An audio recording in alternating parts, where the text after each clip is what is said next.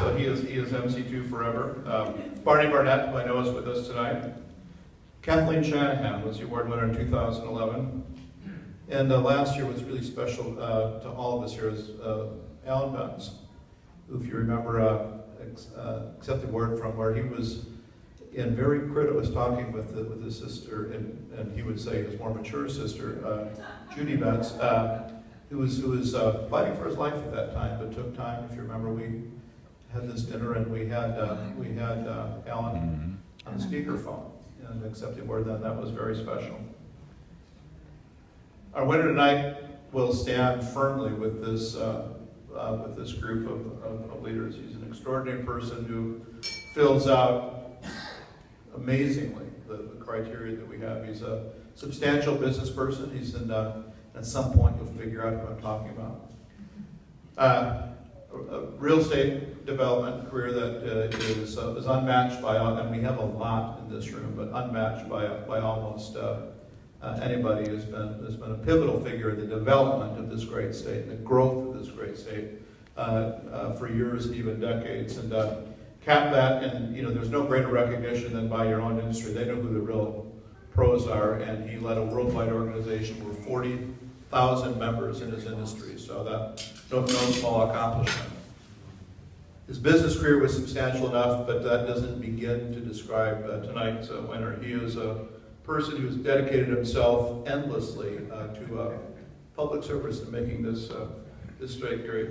It would go far too long if I listed all of his accomplishments, but you'll know several of them. He's been a prolific leader within the Republican Party and cares about leadership in this country. He has led the Republican Jewish Coalition, Freedom Watch, Moffitt Cancer Center, the International Council of Tampa Bay region. He has, it's almost too long of a list. Nor has he limited his service to the state of Florida. He has served his country, this great nation, an important role, serving as ambassador in Australia and now from 1989 through 1993.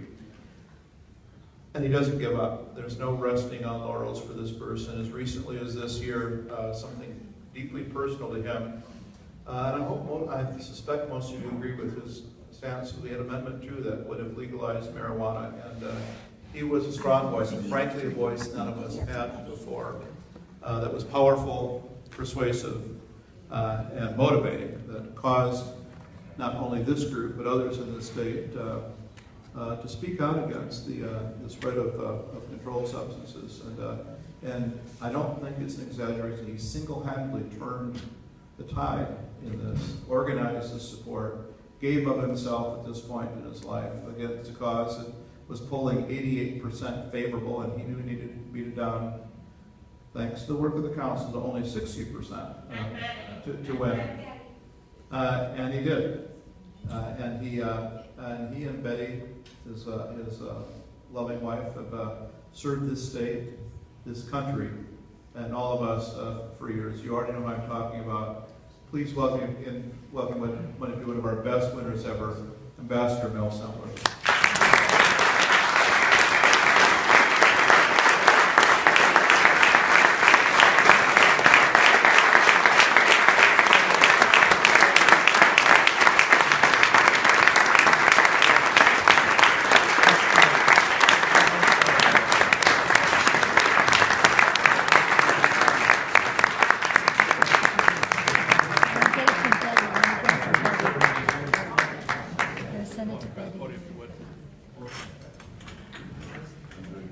Ambassador, and I use that title because, out of respect, it's a great pleasure to give you the Governor's Business Leadership Award for 2014. I'll read the inscription.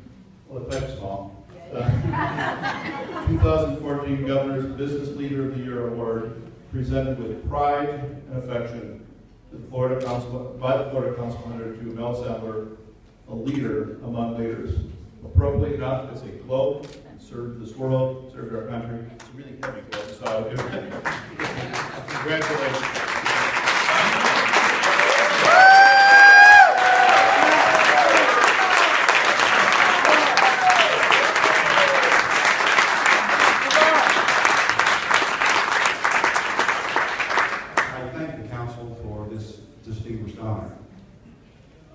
must say I'm quite surprised, but I must share one story with you if I could. Please sit down. I must share one story with you. They've listed tonight many of the organizations that I've served through my life, and it's been an amazing career. And one thing stands out more than anything else in all those years. Yes, I served my country, and I had a great tour in Italy, and a great tour in Australia, and success in my industry. But one thing stands out more than anything else, and I must share this with you. Because in 1976, my wife and I started something that has affected our lives and perhaps led us to, as you'll understand, why we opposed to the Amendment Number 2. We started a treatment program for children who were in trouble at the request of the city of St. Petersburg, Florida, interestingly enough, because they were having a serious problem with children and drugs.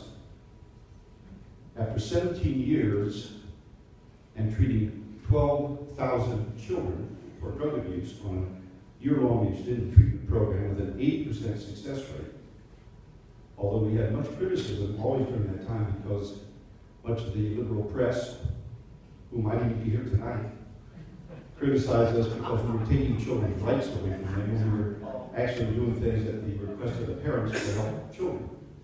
Now, the reason I mention that to you is because when I first began on this effort, at the request of the city of St. Petersburg, I said, oh my goodness, I'm so busy with my career building shopping centers. I'd be happy to write a check, but I'm so busy. And to which my wife said, dear, you can build all the shopping centers you need to build, but you must do this work because it's the first. I accepted the award, but I must say it was my wife who said it for this career.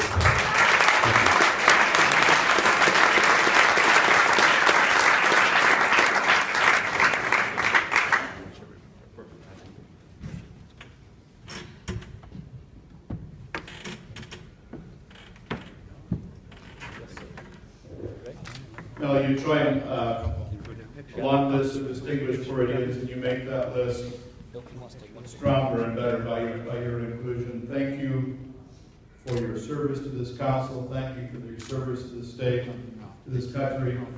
Thank you for bringing Betty along.